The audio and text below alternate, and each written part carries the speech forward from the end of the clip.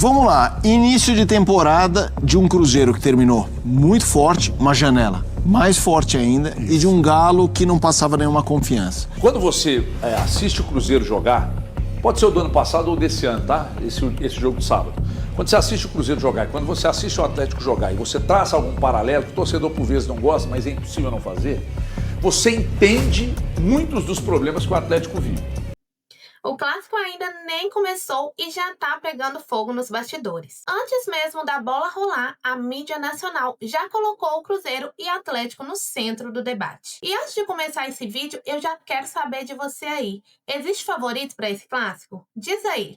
Na minha opinião, clássico é clássico. O Cruzeiro tem que entrar com a mentalidade no lugar. Hoje você vai acompanhar comigo o que o pessoal da ESPN, do programa Sport Center e o pessoal dos donos da bola estão falando sobre o momento atual do Cruzeiro, bastidores, mercado da bola e esse clássico. Quem é o favorito? Então já chega deixando seu like, se inscreve no canal e agora sim, bora pro vídeo. Aqui no nosso monitor, os escudos de Galo e Cruzeiro. E o começo da temporada para os dois times, até aqui, bastante oposto. Realizar jugadas con mucho volumen y mucha ventaja, pero bueno, estamos comenzando, venimos de una preparación bastante dura con el grupo que jugó hoy. Pensábamos que teníamos la ilusión de que podíamos hacer un partido, haberlo aperturado en el primer tiempo. Bueno, no se dio. O sea, hallo que el partido nos costó por la falta de contundencia que tuvo el equipo ofensiva. Agora o Galo tem duas duras missões no estadual antes da estreia no Brasileiro, contra o Palmeiras no dia 28. O América e o maior rival, o Cruzeiro, na Arena MRV. Por falar na Raposa, o momento é o oposto. Ainda sem o volante Gerson, mas com um time considerado titular, a Raposa do técnico Tite goleou o Uberlândia por 5-0 neste fim de semana, com direito a gol de Caio Jorge. Na estreia do Mineiro, com um time alternativo, perdeu para o Pouso Alegre, mas reagiu contra o Tombense e chegou à segunda vitória contra o Uberlândia, liderando o Grupo C. E que em algum momento vai ser utilizado conforme a necessidade, conforme a sequência de jogos, todos, mas que todos têm essa importância. E eu faço isso e falo publicamente porque eu reitero e eu acredito nisso. Então é um trabalho que ele teve hoje uma atuação acima da minha expectativa. E eu coloquei isso para eles. Que era uma apresentação normal, ela teve num patamar acima. Nós temos que ter consciência disso, por isso do resultado. É a pressão nos estaduais, que mesmo sendo um torneio de início de temporada, vem mostrando que o torcedor sempre quer mais. Vamos lá, início de temporada de um Cruzeiro que terminou muito forte, uma janela mais forte ainda, e de um Galo que não passava nenhuma confiança. O começo do ano é um retrato mais do mesmo, assim, se alguém esperava algo diferente do Galo, ou de repente o Cruzeiro não é tudo isso, não é isso que estamos vendo? E é curioso, né, porque quem teve sequência de trabalho em relação à comissão técnica foi o Galo, né? O Cruzeiro se viu forçado a fazer uma troca com o Jardim deixando o clube e o Tite sendo contratado. Mas sim, Felipe, a gente está vivendo esse olhar, né? O Cruzeiro, depois da derrota para o Pouso Alegre, que não quis dizer nada porque não era o time que a gente vai ver durante a temporada, tem um ar de tranquilidade, de trabalho sendo encaixado, de as coisas tendendo a melhorar, a expectativa pela estreia do Gerson, talvez seja no meio de semana contra o Democrata, no final de semana já tem clássico, né? Esses dois times já se encontram no final de semana, então neste meio de semana é o último estágio antes do clássico, talvez com o time mexido, mas a gente vê um Cruzeiro buscando se encontrar com um novo técnico para seguir o seu caminho. O Galo é o contrário, o Galo mantém o mesmo técnico, né? Mantém o técnico, muda algumas peças de elenco, mas está tentando encontrar o caminho. Porque mesmo no ano passado, quando o Galo parecia que tinha encontrado um jeito de jogar com o Sampaoli, foi muito mal na final da Sul-Americana, terminou de maneira melancólica a temporada, então a gente não tem clareza do que será o Atlético Mineiro para a temporada. A gente tem noção do potencial, mas o que será a gente não sabe. O Cruzeiro, mesmo com a incerteza de uma troca de comando técnico, a gente tem ideia do que vai ser e do quanto pode melhorar especialmente com a manutenção do Gerson, né? Então, o Cruzeiro terminou o ano na frente, o Cruzeiro começou o ano gerando mais ilusão no seu torcedor, e nesses primeiríssimos jogos dos times principais, o Cruzeiro também deu o primeiro recado um pouco mais forte. Mas tem muito chão ainda e o clássico de domingo vai ser bem interessante. E aí, André? O que chama atenção é que em Minas Gerais, né, porque as coisas são divididas entre duas equipes, diferentemente do que a gente vê aqui em São Paulo, no Rio de Janeiro também. E assim, há outros estados tradicionalíssimos do Brasil em que as coisas são assim, então não é um privilégio de Belo Horizonte, de Minas Gerais, mas muito provavelmente, enquanto as pessoas que tomam decisões nos dois clubes, em especial agora no Cruzeiro, porque se trata de um novo momento, com ambições que o time há algum tempo não tinha, deve ter muita gente pensando, o Cruzeiro não pode não ser campeão estadual. E deve mesmo. Não estou querendo me colocar entre essas pessoas. Eu não penso assim. Eu acho que não faz diferença nenhuma para o Cruzeiro ser campeão estadual ou não, em especial se o Cruzeiro tiver, de fato, o ano que a gente imagina que o Cruzeiro terá.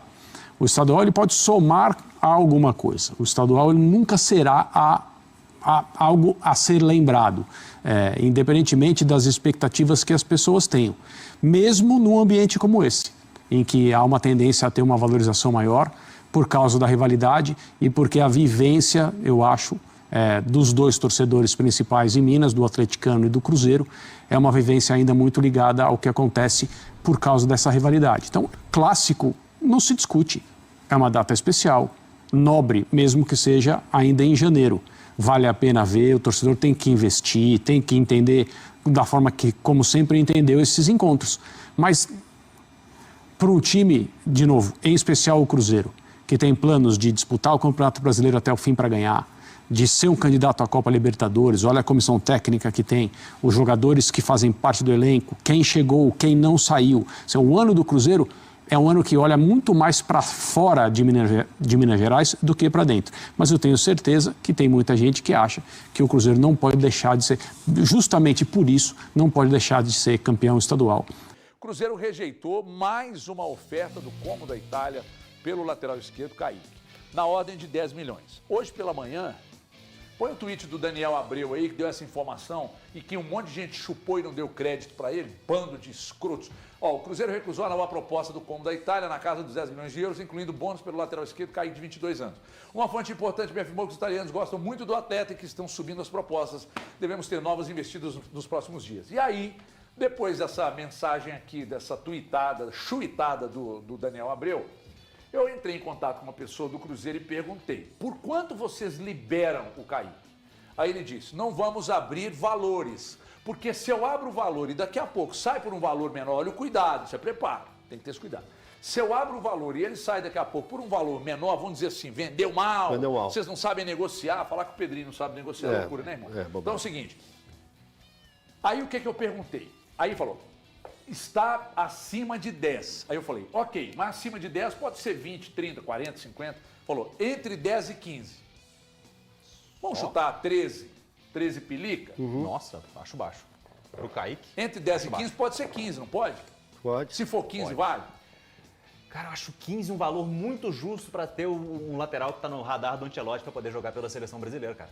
Acho que é um baita lateral, o lateral esquerdo é uma posição difícil. O Cruzeiro tem muita sorte de ter dois laterais. O Atlético teve que mover mundos e fundos para ter o Renan Lodge, que é um lateral de seleção.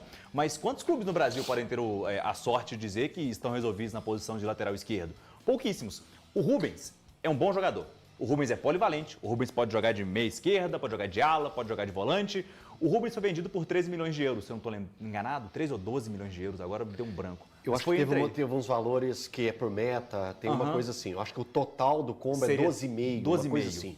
Eu acho o Kaique bem mais bola como lateral esquerdo, não estou querendo avaliar, porque eu nunca vi o Kaique jogar de meia esquerda, mas como lateral esquerdo, o Kaique é mais bola que o Rubens, cara. O Kaique é muito bom de bola. E o Cruzeiro está muito bem servido. Se fosse para eu escolheria vender o Cauã Prates e ficar com o Kaique, mas isso é apenas a minha preferência. Pedro Lourenço, o cenário ideal, até falei isso hoje lá no Band News na área, seria o Cruzeiro conseguir resistir ao mercado, né?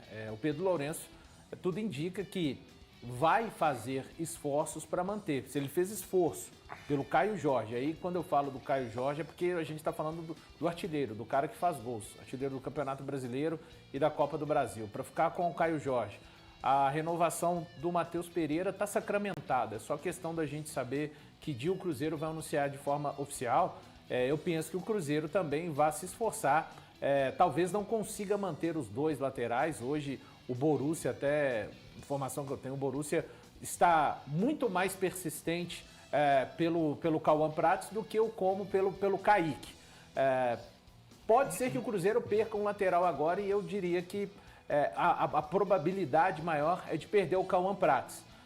Mas o Kaique, eu vejo que seria interessante até o Cruzeiro, quem sabe, estudar uma extensão contratual para esse jogador, pensando em que ele tem o seu contrato vencendo no final de 27, e é um jogador muito importante. Para mim, o Kaique foi o melhor lateral esquerdo, tirando o que o Reinaldo fez aqui. O Reinaldo, ele fez 13 gols, enfim, pelo Mirassol. O Juba jogou muito bem. Não, mas o Kaique, para mim, jogou bem mais do que o Luciano. Agora, o Kaique, ele foi linear. Ele foi linear para mim. O Juba jogou muito bem a primeira parte do campeonato, Gabriel, mas agora você imagina. Eu acho que o Cruzeiro tem que fazer, e a gente acredita que vai fazer todo esse esforço para manter esses atletas. Não é por acaso que o Cruzeiro está avançando na Copinha. Existe um projeto por trás disso, que começou exatamente lá com o Ronaldo, mas o grande projeto que vai fazer a base do Cruzeiro ainda mais forte acontece a partir do momento da chegada do Pedro Lourenço. Porque o Pedro investiu muito dinheiro, pegou o Adilson Batista, colocou lá para cuidar, porque o Adilson Batista é meio que o cão de guarda do Pedrinho. Sacou que cão de guarda? Cagueta? Fiel. Vê qualquer movimento, fala, Pedrinho, tô gostando não. O Pedrinho vai lá e vral. Aí foi ajeitando, milhões investidos em gramado, em estrutura e tal. Eu fui na Toca recentemente, gente, eu vi o que está sendo feito lá. Eu fui lá e vi. É um negócio impressionante o que o Cruzeiro está fazendo. Fica muito difícil, quando você assiste o Cruzeiro jogar, pode ser o do ano passado ou desse ano, tá? Esse jogo de sábado. Quando você assiste o Cruzeiro jogar, quando você assiste o Atlético jogar e você traça algum paralelo, que o torcedor por vezes não gosta, mas é impossível não fazer, você entende muitos dos problemas que o Atlético vive. Porque se você vê o Cruzeiro jogar com a bola, o Atlético não tem a contundência que o Cruzeiro tem. Verticalidade, saco, essas palavras, mas a verdade é essa. Não tem. Só que quando você vai analisar o jogo sem a bola do Atlético e do Cruzeiro, não existe a menor margem de comparação. Por quê? Porque todos os jogadores do Cruzeiro, eu disse, com exceção do Cássio, todos os jogadores de linha do Cruzeiro, todos se empenham muito no jogo sem a bola. E o Atlético tem problemas graves nesse aspecto. Outra coisa, características. O Cruzeiro tem jogadores, por exemplo, à frente da zaga com características de proteção, mas que mudaram o jeito de jogar. Basta olhar, porque o Romero joga hoje pela última passagem, vocês vão entender o que eu estou falando. Zagueiros velozes, o Atlético não tem, o Cruzeiro tem zagueiros velozes. Laterais velozes, o Cruzeiro tem, pelo menos o Kaique, que é bem mais veloz que o William. Mas que é muito técnico, o William se torna mais um meia quando está no campo de ataque. Exatamente. Ele é mais um criador. Ele é mais um criador quando passa da linha do meio. Mas não existe margem de comparação quando você olha um jogar e olha o jogar. Eu não estou dizendo aqui que, e por isso o Cruzeiro vai chegar no Clássico, vai deitar no Atlético. Nada disso. É outra história, é outra pegada, é outro dinamismo, é outra entrega e tal. Então, falou, do Matheus Pereira, o Atlético não. E não tem mesmo, nem como. O Matheus Pereira marca pra cacete e quando tem a bola, sabe por que ele se consagra? Porque ele tem 3, 4 jogadores fazendo linha de passe com ele. E o Atlético não tem. E é isso, galera. Esse foi o vídeo. E eu quero saber, na sua opinião, o Cruzeiro tem mesmo a obrigação de ganhar o campeonato estadual? Diz aí pra mim, quero saber muito a sua opinião. Não se esqueça de deixar seu like e se inscrever no canal. Tamo junto e até o próximo vídeo.